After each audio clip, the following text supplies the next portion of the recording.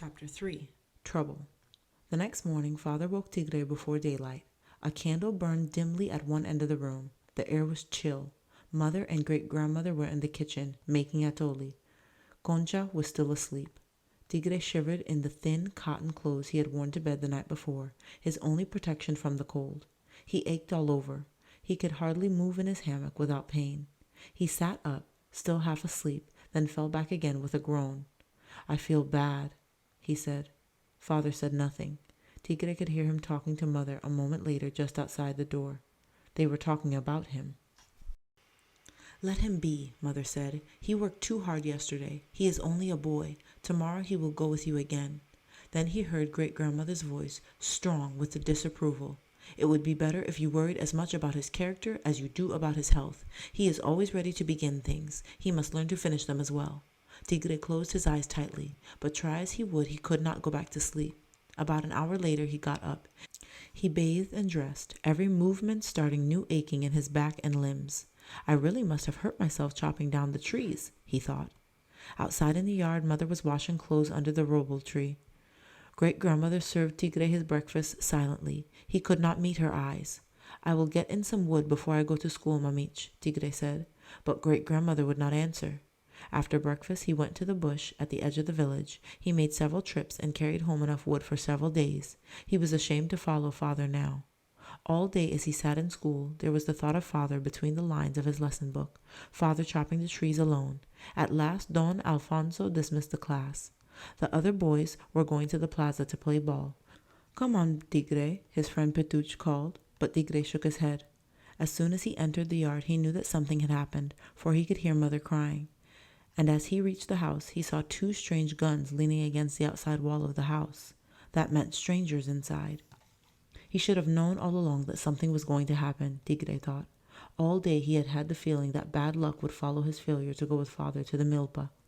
Perhaps the family would be punished in some way by one of the many minor bush gods who were so easy to offend. He hurried into the house. Father lay in his hammock, silent and unmoving. Mother sat beside him, a pan of water in her lap, and great-grandmother was bending over Father, cutting away soiled, blood-soaked clothes. Two strange men sat in Mother's hammock. They all looked up as Tigre entered. "Father!" Tigre cried. "What has happened?" Everyone began to talk at once. "A tree fell on him," Mother said, and she began again to cry. "He has offended the Balams," corn gods, great-grandmother said. "His leg is broken." It had happened that morning. Father was chopping a tree, and somehow it had fallen across his thigh. He had lain there for some time, how long he did not know, weak with pain. After a little he had managed to move and get hold of his axe, and though the position was awkward, he had cut away at the tree. Several times he had fainted, but when he came to, he began again. Finally the tree was cut through and he was free. He rested for a little, then started to crawl, dragging himself along the trail. There the men had found him. "It was only luck we chose that trail instead of another," the men said. "We were out hunting and we carried him in turn upon our backs." Tigre could scarcely keep back the tears that welled up in him. "If I had been there," he cried, "it would not have happened." Great-grandmother looked at him kindly. "He has offended the Quelobcaxob, the gods of the bush, in some way," she said, "or crossed the path of a Balam. If you had been there, who knows, perhaps you too would have been harmed." There was no scolding in her voice. "Do not blame yourself," great-grandmother continued. "Perhaps it was meant to be that you did not go." She finished cutting away Father's clothes. She bathed the leg gently and put on a poultice of anona, leaves and honey. "He should have a bone setter," one of the men said. "The bone is broken."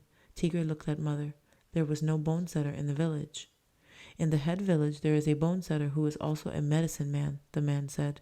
Tigre nodded. "I will go," he said. Mother was frightened. She began to cry again. "It is 17 kilometers, in the bush. Something will happen to you too." "Someone must go," the man said. Great-grandmother spoke up. "Good," she said, as if it were all settled. "I will get your hunting bag ready, Tigre. I will put in a bottle of wild honey and a hen for the medicine man. Your clean clothes are ready. If you hurry, you can get back by morning."